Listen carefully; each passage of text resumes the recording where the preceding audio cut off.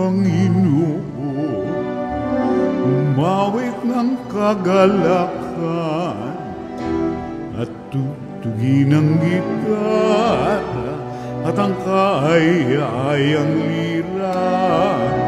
Ipan ninyo ang trumpeta, kaya Panginooy dinggin, ang landas niya'y tahakin, habang buhay ay purihin, kagandahang loob niya sa atin.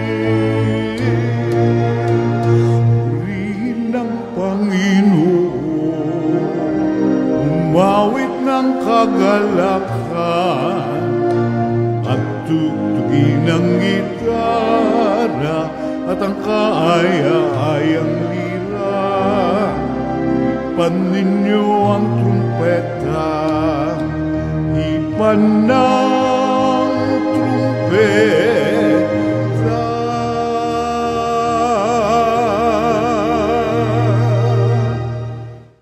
Sa ngalan ng Ama at ng Anak at ng Espiritu Santo. Amen. Ang pagpapala ng ating Panginoong Hesukristo, ang pag-ibig ng Diyos Ama, at ang makikipagkaisa ng Espiritu Santo, naway sumainyong lahat. At sumaiyo rin.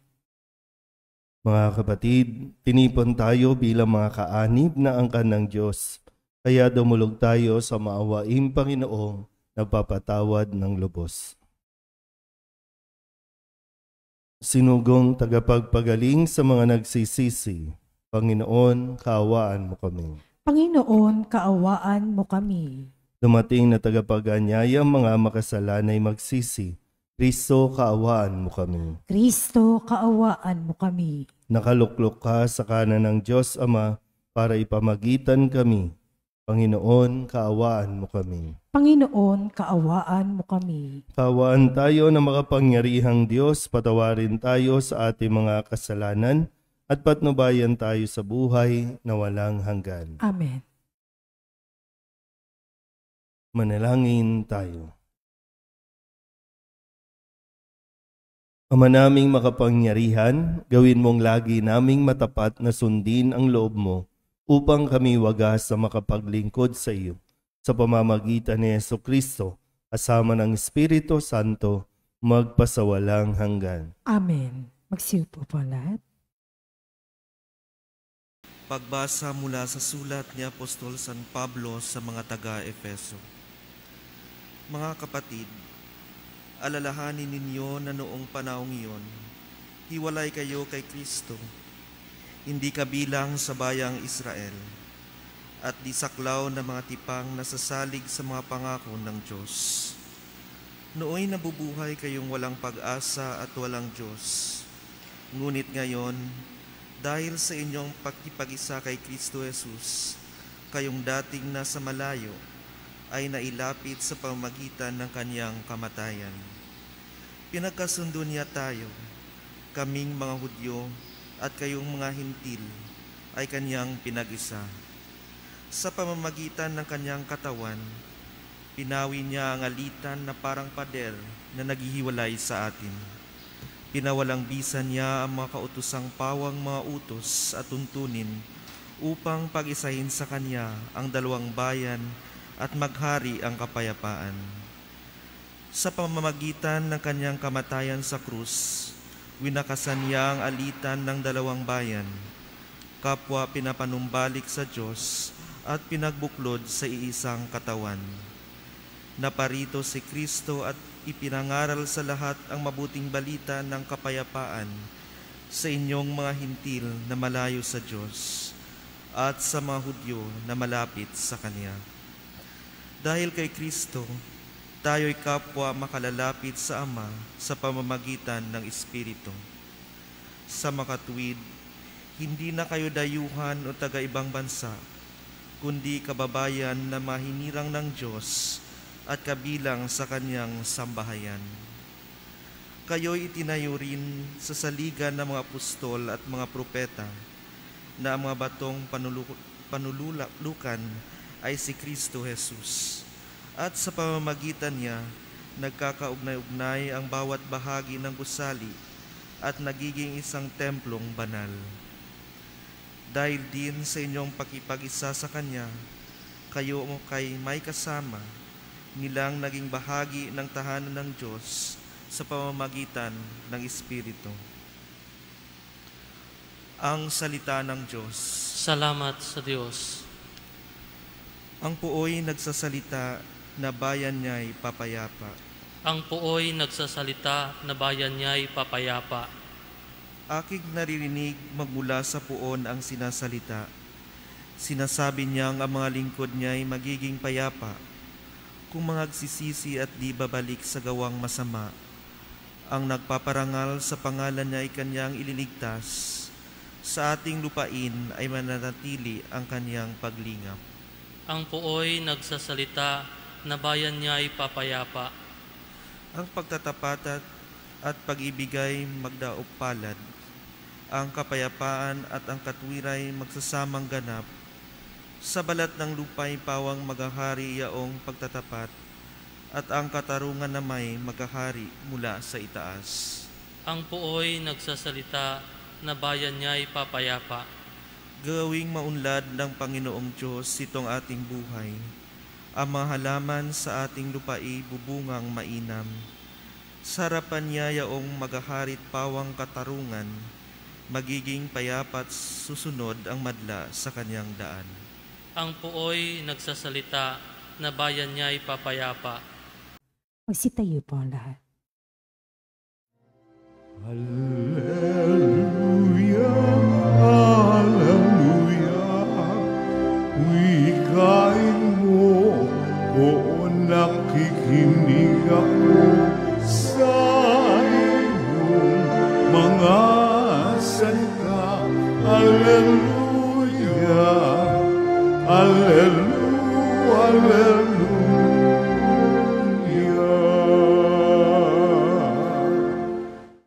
Sumainyo ang Panginoon. At sumaiyo rin. Ang mabuting balita ng Panginoon ayon kay San Lucas. Papuri sa iyo, Panginoon.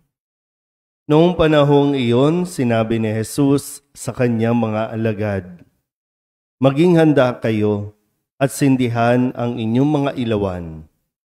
Tumulad kayo sa mga taong naghihintay sa pag-uwi ng kanilang Panginoon mula sa kasalan, para pagdating niya ay mabuksan agad ang pinto. Mapalad ang mga alipin na abutang nagbabantay pagdating ng kanilang Panginoon. Sinasabi ko sa inyo, maghahanda siya, padudulugin sila sa hapag at maglilingkod sa kanila. Mapapalad sila kung maratnan nila silang handa. Dumating man siya ng hating gabi o madaling araw siya dumating." Ang mabuting balita ng Panginoon. Pinupuri ka namin, Panginoong Hesu Kristo. Isang magandang umaga po sa inyong lahat. Ngayon po ay Martes ng ika-29 na linggo sa karaniwang panahon. Kung matatandaan po ninyo, ang sabi ni Jesus ay pupunta siya sa kanyang ama at doon ay maraming silid. Pupunta siya para ipaghanda tayo ng ating pong matutuluyan. At kapag handa na ang ating silid, babalik siya at kukunin tayo. Malinaw po ba yon? Kukunin tayo ng Diyos. Kahapon, ang sabi sa ating ebanghelyo na ibinigay na halimbawa ni Kristo dahil merong isang tao na kumbaga sobrang yaman na. Sabi niya, hindi niya na malaman kung saan ilalagay ang kanyang ani. Kaya ang sabi, papagawa pa siya ng mas malaki pang kamalig para doon niya ilalagay ang ani at ari-arian niya. Pero ang sabi doon, hangal, kasi kukunin ka na ng Diyos. Kasi sabi niya, kaya mamamahinga na lang ako, kakain, iinom at magsasaya. Ngunit sinabi ng Diyos, hangal, sa gabing ito'y babawian ka na ng buhay. Ano ba? Malinaw pa ba? Kaya ang tanong, handa ka na ba?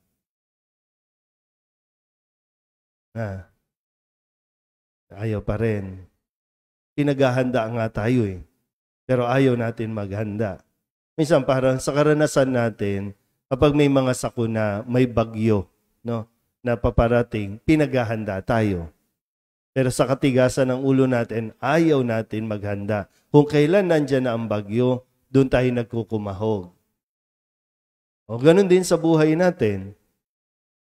Hindi lang basta material, no, na paghahanda, pero isang malaking bagay din na kailangan natin pagnilayan na importante din na nagiging handa tayo.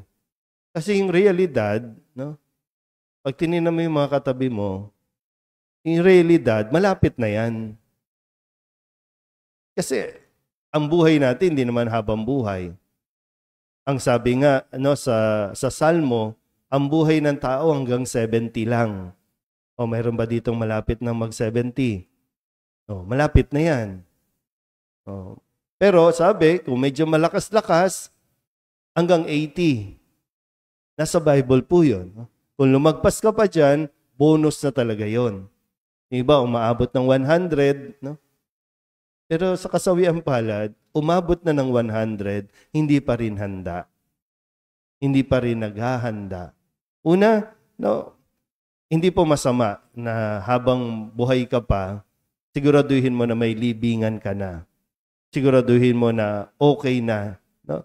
Kasi kung magpa-party-party ka, maglalakwatsa ka na maglalakwatsa, gagastos ka ng gagastos, tapos wala ka pa palang mga naihahanda tungkol sa health insurance, life insurance. Kaya pag nabulaga, anong gagawin natin? Mas magastos mamatay. Di ba? Pero sabi ko nga, bukod doon, pinaghahanda tayo ng Diyos. Hindi natin alam kung anong oras. Sabi nga, pwede siyang dumating hating gabi o madaling araw. Pero kung darating ba siya, wala ba tayong sama ng loob? Wala ba tayong mga tao na dapat nating patawarin o hinga ng tawad? Kasi mahirap po kausapin ng patay. Mahirap kausapin ng nakahiga sa kabaong. Hindi ka na makakahingi ng tawad, no, ng literal. Hindi ka na rin makakapagbigay ng tawad para maiparating sa Kanya. Realidad po ito. At real talk din po ito. Sa ayaw at sa gusto mo. Pero mas maganda, maging handa tayo. Pwedeng sa murang edad, pwedeng sa pagtanda, o kahit anong oras man, maging handa tayo sa pagdating ng Diyos na kung saan susunduin tayo para ihatid doon sa langit. Kasi kung hindi mo paghahandaan at ayaw mong sunduin ka ng Diyos, iba ang susundo sa iyo. Amen?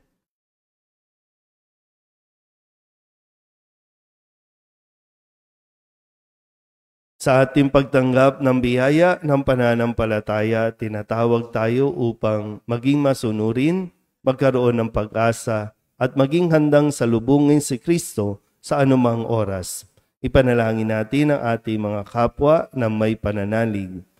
Basbasan mo ang iyong mga tapat na lingkod, Panginoon. Basbasan mo ang iyong mga tapat na lingkod, Panginoon.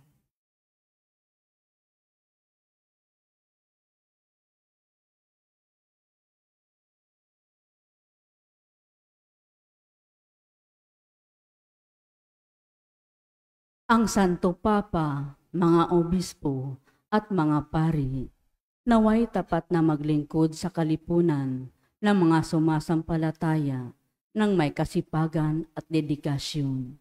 Manalangin tayo sa Panginoon. Basbasan mo ang iyong mga tapat na lingkod, Panginoon. Tayo naway lumago sa ating pagsusulong para sa katarungan at pag-ibig sa pamamagitan ng ating buong pusong paglilingkod sa araw-araw na buhay. Manalangin tayo sa Panginoon. Basbasan mo ang iyong mga tapat na lingkod, Panginoon. Matuto nawa tayong ibahagi sa bawat isa ang anumang mayroon tayo at sumaksi sa pamumuhay ng may pag-asa bilang paghahanda sa pagbabalik ng Panginoon. Manalangin tayo sa Panginoon. Basbasan mo ang iyong mga tapat na lingkod, Panginoon. Yaong mga dumaranas ng pagsubok sa buhay, naway patuloy na maniwala at umasa sa Diyos na nagbibigay ng lahat ng bagay para sa ating kabutihan. Manalangin tayo sa Panginoon. Basbasan mo ang iyong mga tapat na lingkod, Panginoon. Ang mga tapat na yumao, naway magdiwang sa sinag ng bukang liwayway, ng buhay na walang hanggan. Manalangin tayo sa Panginoon. Basbasan mo ang iyong mga tapat na lingkod, Panginoon. Dalog din natin sa Panginoon ang ating mga personal na kahilingan at mga panalangin para sa ating mga pamilya, para sa kaligtasan ng lahat ng mga naiipit sa labanan sa ibang bansa at naway manatili ang kapayapaan at ganoon din para sa mga espesyal na intensyon, mga misang pasasalamat, mga agarang paggaling ng mga may sakit at mga kaluluwa na inihiling na ipagdasal sa misang ito.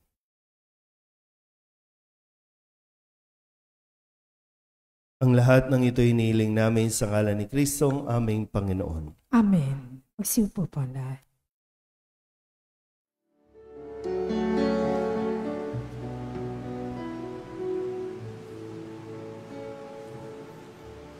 Alay namin aming buhay, bawat galaw at lumbay, bawat pangarap naming taglay, sa palad mo ilagay.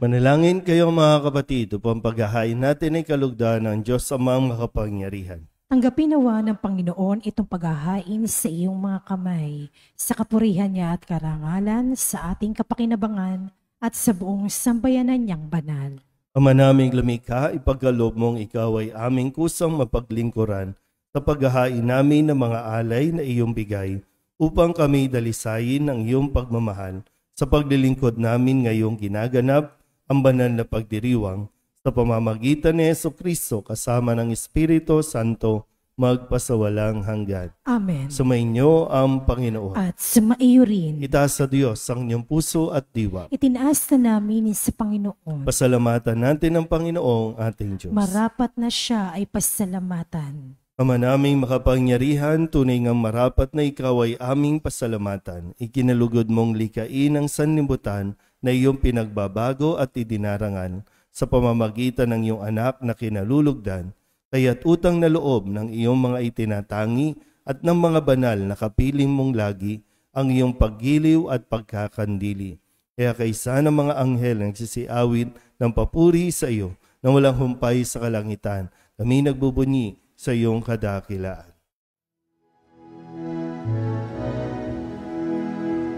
Santo, Santo, Santo, Panginoong Diyos na makapangyarihan, napupuno ang langit at lupa ng kalwalhatian mo. Hosana sa kaitaasan, pinagpala ang naparirito sa ngalan ng Panginoon. Hosana sa kaitaasan. Ama naming banal, ikaw ang bukal ng tanang kabanalan, kaya't sa pamamagitan ng iyong Espiritu, gawin mong banal ang kaloob na ito upang para sa aming maging katawan at dugo ng aming Panginoong Heso Kristo. Bago niya pinagtiis ang kusang loob na maging handog, hinawakan niya ang tinapay, pinasalamatan kaniya, pinaghati-hati niya iyon, iniabot sa kanyang mga alagad at sinabi, "Tanggapin ninyong lahat ito at kanin, ito ang aking katawan na ihahandog para sa inyo."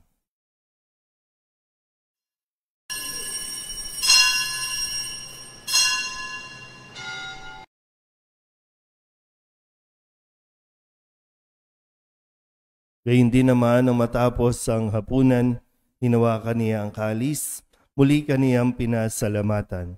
Iniabot niya ang kalis sa kanyang mga alagad at sinabi, "Tanggapin ninyong lahat ito at inumin. Ito ang kalis ng aking dugo ng bago at walang hanggang tipan. Ang aking dugo na ibubuhos para sa inyo at para sa lahat sa ikapagpapatawad ng mga kasalanan. Gawin ninyo ito sa pag-alaala sa akin."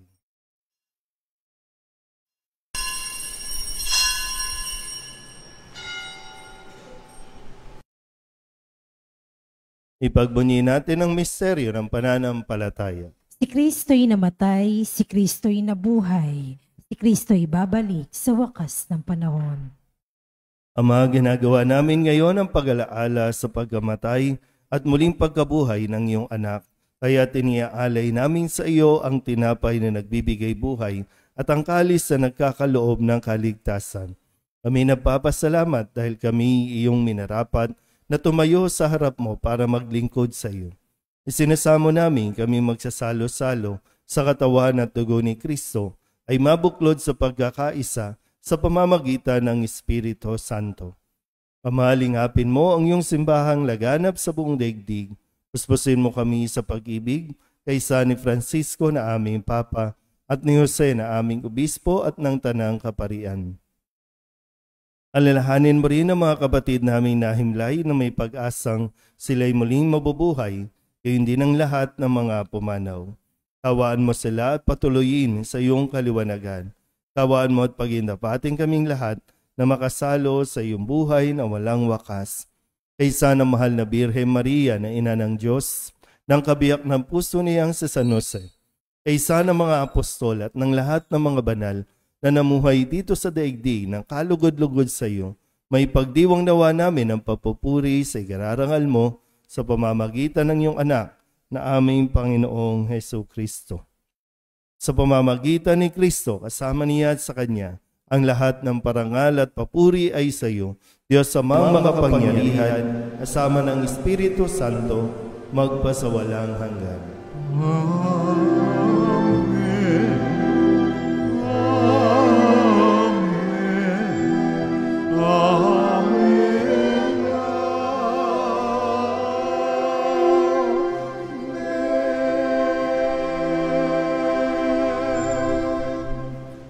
Sa tagabili ng mga nakagagaling na utos at turo ni Jesus sa Panginoon natin at Diyos, ipahayag natin ang lakas loob.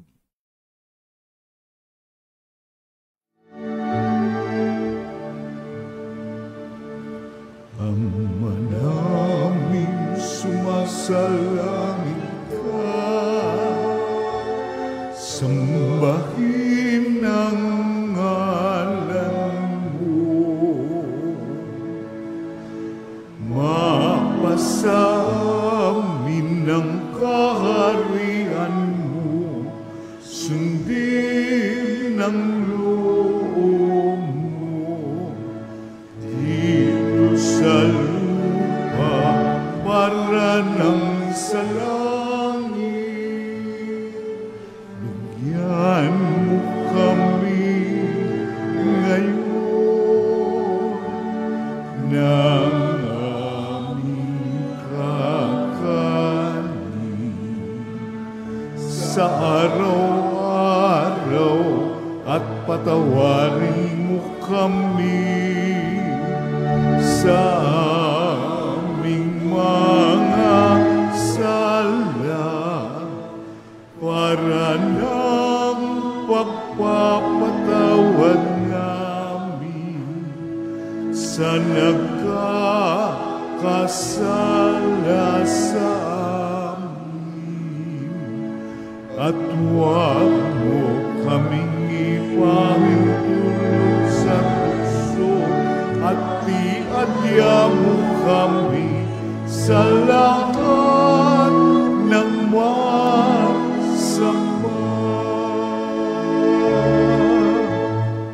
Hinihiling namin kami iadya sa lahat ng masama, pagkalooban ng kapayapaan araw-araw, iligtas sa kasalanan at ilayo sa lahat ng kapahamakan.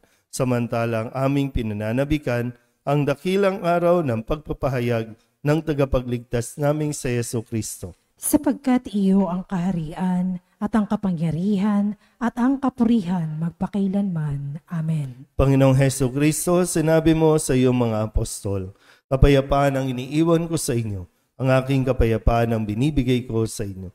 Tunghayan mo ang aming pananampalataya at huwag ang aming mga pagkakasala.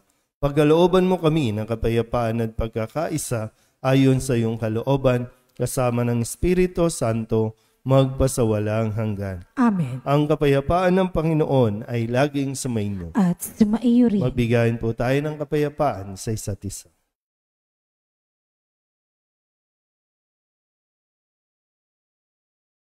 Kordero ng Diyos na nag-aalis sa mga kasalanan ng sanlibutan, maawa ka sa amin. Kordero ng Diyos na nag-aalis sa mga kasalanan ng sanlibutan, maawa ka sa amin. Kordero ng Diyos na nag-aalis sa mga kasalanan ng sanlibutan, ipagkaloob mo sa amin ang kapayapaan. Magsilihod po ang lahat. Ito ang kordero ng Diyos. Ito nag-aalis ng kasalanan ng sanlibutan. Mapalad ang mga inaanyayahan sa kanyang piging. Panginoon, hindi ako karapat-dapat na magpatuloy sa iyo, ngunit sa isang salita mo lamang ay gagaling na ako. Katawan ni Kristo. Amen.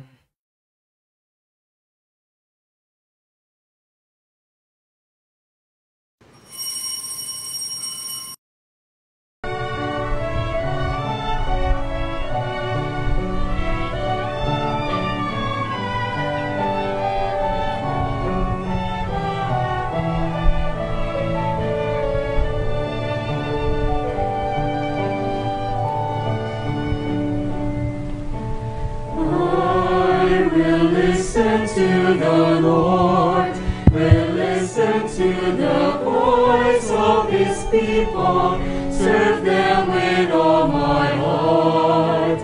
I will listen to His words and call upon the Lord for His people to live in faith and truth and in love.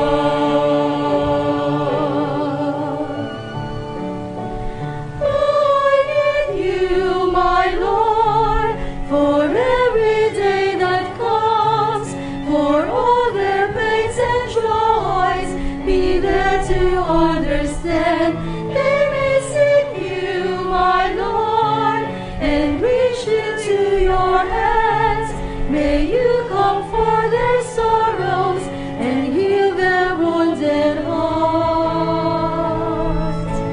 I will listen to the Lord, will listen to the voice of His people, serve them with all my heart.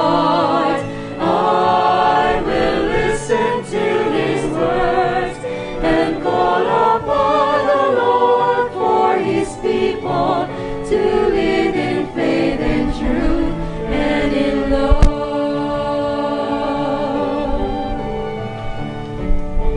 I believe you, my Lord, show them your truth and love.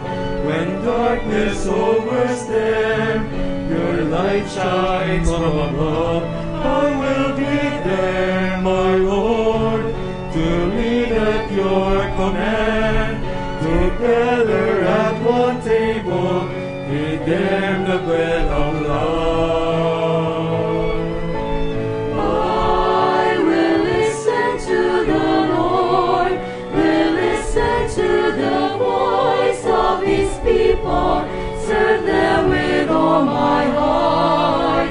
I will listen to His words and call upon the Lord for His people to live in faith and truth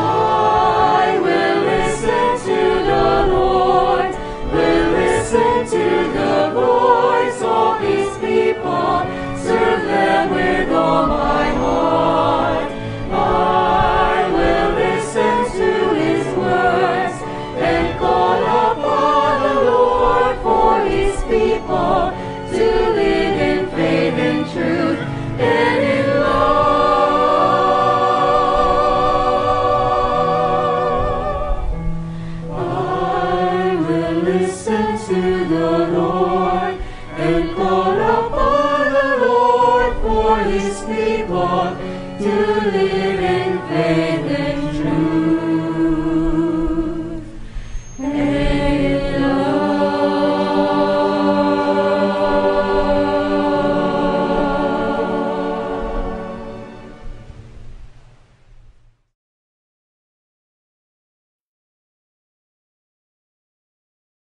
Manalangin tayo.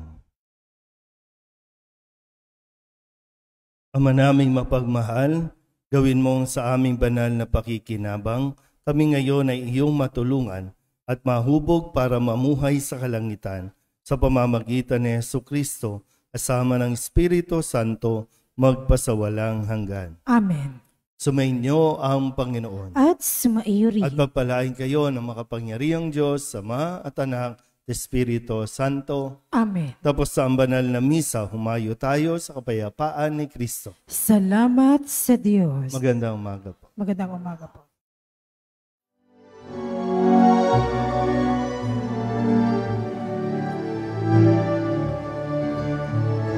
Humayo na't ibayan